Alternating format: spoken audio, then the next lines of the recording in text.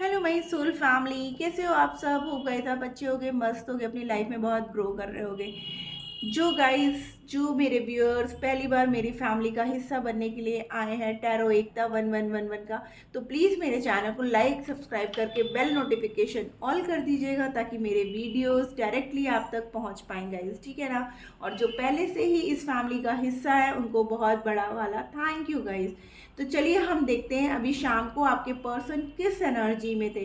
Guys ये timeless है, collective है, ऑल साइन वालों के लिए है, तो जो रेजोनेट हो, जितना रेजोनेट हो उतना ही लेना। अननेसेसरी अपनी रीडिंग पूरी अपने साथ रेजोनेट करके अपने पर्सन से जो है लड़ने मत चल देना गाइस, ठीक है ना।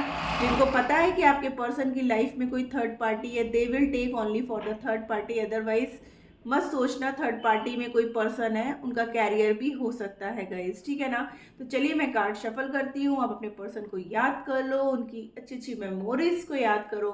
तो आइए देखते हैं कलेक्टिव लेवल पर आपके पर्सन किस एनर्जी में है। प्लीज एंजल्स गाइड करिए हमारे व्यूअर्स के पर्सन कलेक्टिव लेवल पे किस एनर्जी में है। प्लीज एंजल्स गाइड करिए हमारे viewers. Okay, new vision, beyond illusion, blue blue सब बहुत आ रहा है। प्लीज एंजल्स गाइड करिए।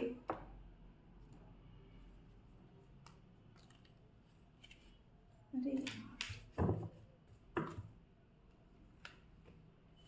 क्या बात है, मैं ब्लू ब्लू कह रही हूँ, यहाँ ब्लू ही ब्लू आ रहा है। रिसेप्टिव मोड में आ चुका है।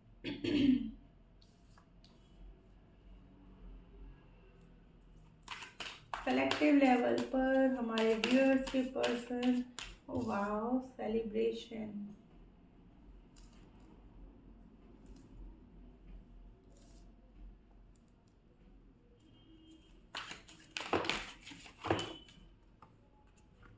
Break through, we are the word, courage. देखिए जैसे जैसे काटते हैं वैसे ही वैसे आ भी रहे हैं उनके नीचे नीचे। यहाँ रखती हूँ रेड रेड। और किस एनर्जी में है और कोई कार्ड आना चाहता है? वैसे मुझे 2 कार्ड और चाहिए। ओके, आ गया एक और card, rightness.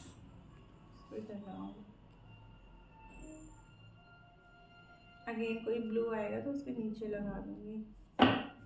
One more please angels. Okay, आ गया मैच्योरिटी।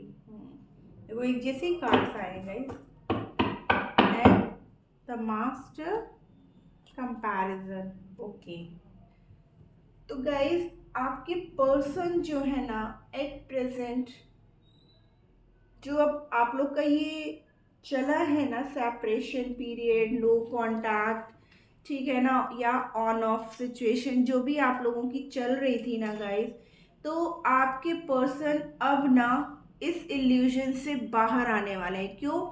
क्योंकि आप लोग के बीच में जो प्रॉब्लम्स और गलत फहमियाँ हुई है ना, वो सिर्फ और सिर्फ ट्रस्ट की वजह से। आपको लगता था कि आपके पर्सन अगर आपसे बात नहीं कर रहे हैं तो उनकी लाइफ में कोई थर्ड पार्टी है जिसकी वजह से आप उनसे बात नहीं कर रहे हो, और आपके पर्सन को ये लगता था कि आप धोखा दे रहे हो, ठीक है ना।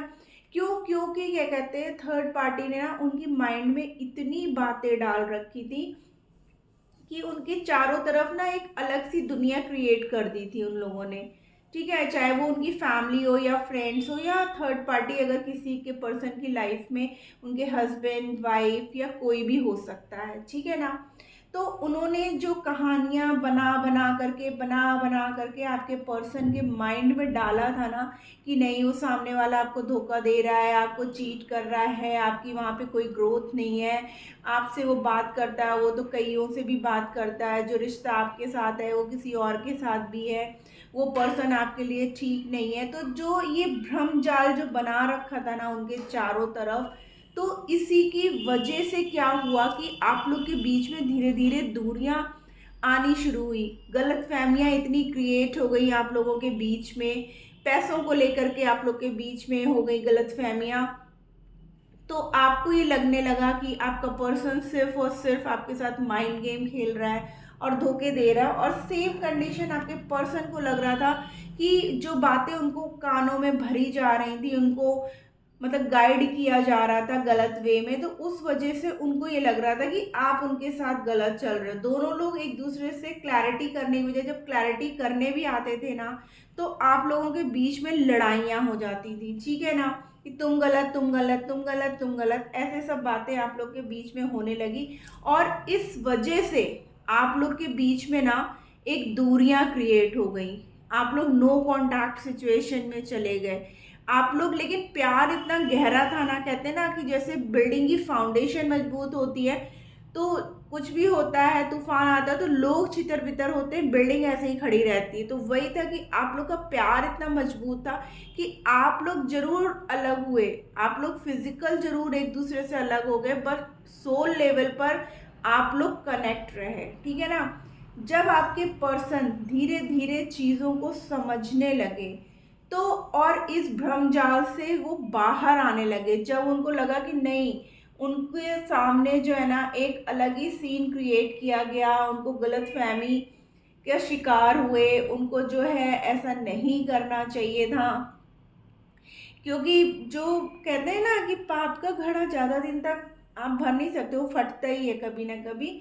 तो वही हुआ कि आपके पर्सन को जब सब चीज़ें समझ में आने लगी कि नहीं, कौन सही है कौन गलत है, तब उन्होंने सोचा कि अब मुझे क्या करना चाहिए, अब मुझे, क्योंकि मेरी भाई पूरी दुनिया तो हमारे व्यूअर्स हैं, वैसा उनके पर्सन को लगने लगा, ठीक है ना, कि हम लोग का इतना सॉलिड मतलब एक था हम लोग का कनेक्शन, इतना मजबूत कनेक्शन था, ऐसे कैसे ये छोटी छोटी बातों पे बिखरने लगा।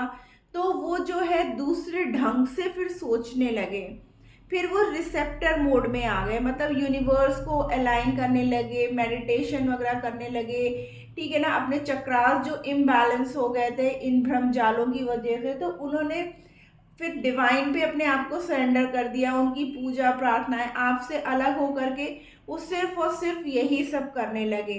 तब धीरे धीरे उनके अंदर हिम्मत आनी चालू हुई, ठीक है ना, और उनके अंदर वो समझ आने लगी कि नहीं, हमारा रिश्ता ऐसा टूट के बिखर के जाने वाला नहीं है, हमारा रिश्ता बहुत ही मजबूत है।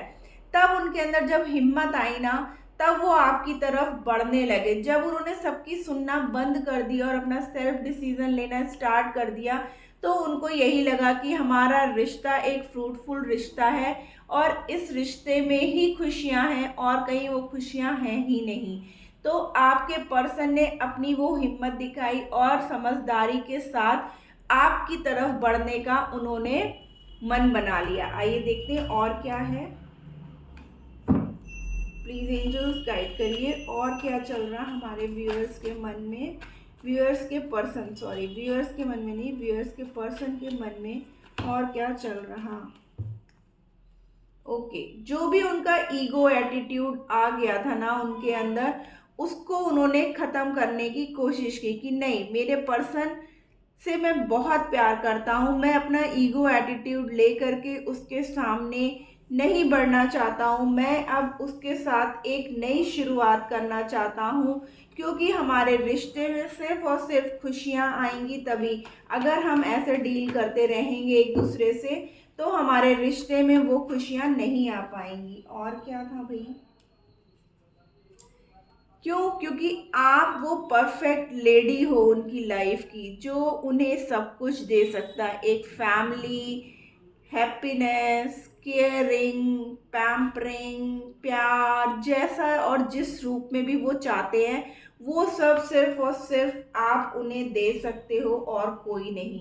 तो उन्होंने डिसाइड किया कि नहीं, अब मैं अपने पर्सन के साथ बहुत सोच विचार करके उन्होंने यही डिसीज़न लिया कि नहीं, अब मैं अपने पर्सन के साथ आगे बढ़ूंगा। पहले तो उन्होंने चाहा कि आपको लेट गो कर दूं, क्योंकि इतने वो ना कहानियों में फंस चुके थे, उलझ चुके थे कि उनको समझ में ही नहीं आ रहा था और उनको लग रहा था कि आपसे वॉक अवे करना ही सही है, लेकिन वो कर ही नहीं पाए। गाइस, वो आगे उन्होंने कदम तो बढ़ाए, लेकिन कह रही हूँ ना, प्यार आपका इतना मजबूत था कि वो आपसे दूरियां क्रिएट कर ही नहीं पाए। उनको हर पल हर लम्हा आपकी ही याद सताती थी। वो आपको सोशल मीडिया पे चेकआउट करते थे, भले ही वो आपसे दूर थे। क्यों?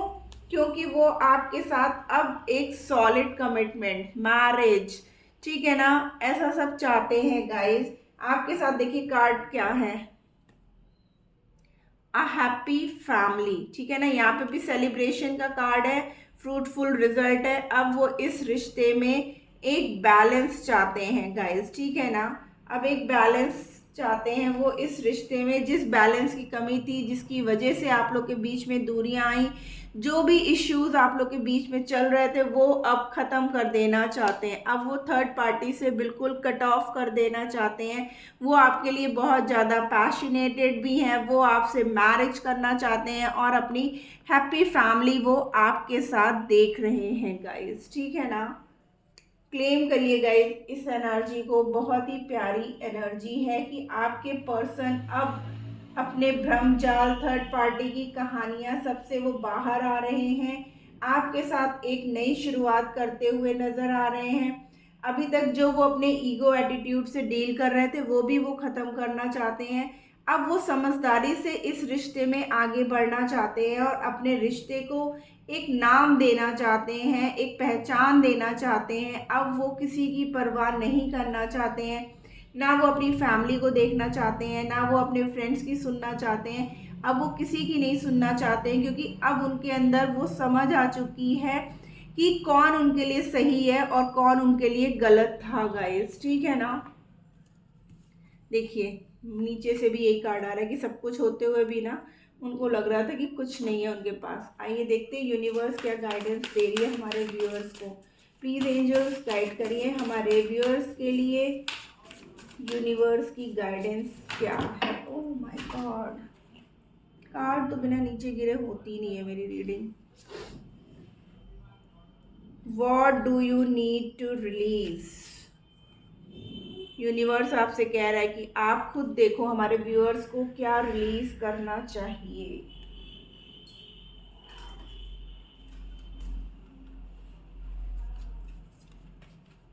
बहुत सारे कार्ड्स गिर रहे हैं guys. You are very close to achieving your goals, आप अपने लक्ष्य के बहुत ही करीब हो, ठीक है ना। यूनिवर्स आपसे कह रहा है कि ऐसा क्या नेगेटिविटी है या ऐसे क्या ब्लॉकेजेस है जो आपको आपके रिश्ते में आगे बढ़ने के लिए रोक रहा है। तो उन सब चीज़ों को आपको लेट गो करने की ज़रूरत है। क्यों? क्योंकि आप अपने प्यार के बहुत करीब हो, आप अपने प्यार के कमिटमेंट के बहुत करीब हो। तो अब प्लीज़ कोई भी नेगेटिविटी इस रिश्ते में लेकर के नहीं आना। अ टाइम फॉर हीलिंग, जो भी आप लोग का सेपरेशन जोन चल रहा था, वो आपके और आपके पर्सन का हीलिंग टाइम था। देखिए इसीलिए यहाँ पे रिसेप्टिविटी का भी है कि आपके पर्सन ने तो खूब मेडिटेशन किया, डिवाइन को सरेंडर किया, जाने अनजाने आपको मैनिफेस्ट किया। वो इस रिश्ते को कैसे ठीक करना है इसके बारे में ही वो सोचते रहे। देखिए मेडिटेट एंड कंटेम्पलेट, देखिए वही हो रहा है ना कि यहाँ पे मेडिटेशन का कार्ड आ गया। जो बात मैं बोल रही हूँ कि आपके पर्सन कंटिन्यू मेडिटेशन करने लगे कि इस रिश्ते को कैसे हील किया जा सकता है guys. Time to take breath out, यानी कि आप अगर एक ही कमरे में आपने अपने आप को बंद कर रखा है, रो रहे हो, परेशान हो रहे हो ना, इसीलिए डिवाइन आपसे कह रहा है कि आप खुद देखो कि आपको क्या रिलीज करने की ज़रूरत है।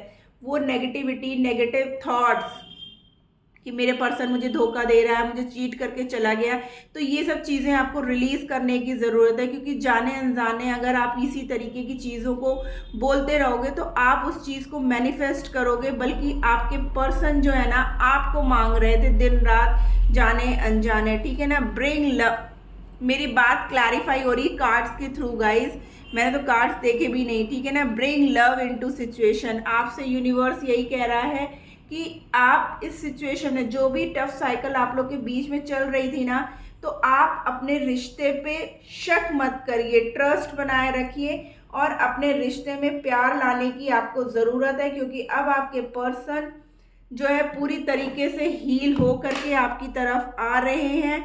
It's time to take action, ये एक्शन लेने का टाइम है, रोने का, नेगेटिव थॉट्स को करके ब्लॉकेजेस क्रिएट करने का नहीं। क्योंकि आपका फ्यूचर ये है गाइस, एक सॉलिड मैरिज के साथ हैप्पी फैमिली का। तो ये थी आज की रीडिंग, होप आपको अच्छी लगी तो प्लीज़ मेरे चैनल को लाइक और सब्सक्राइब कर दीजिएगा। Tata bye bye, love you.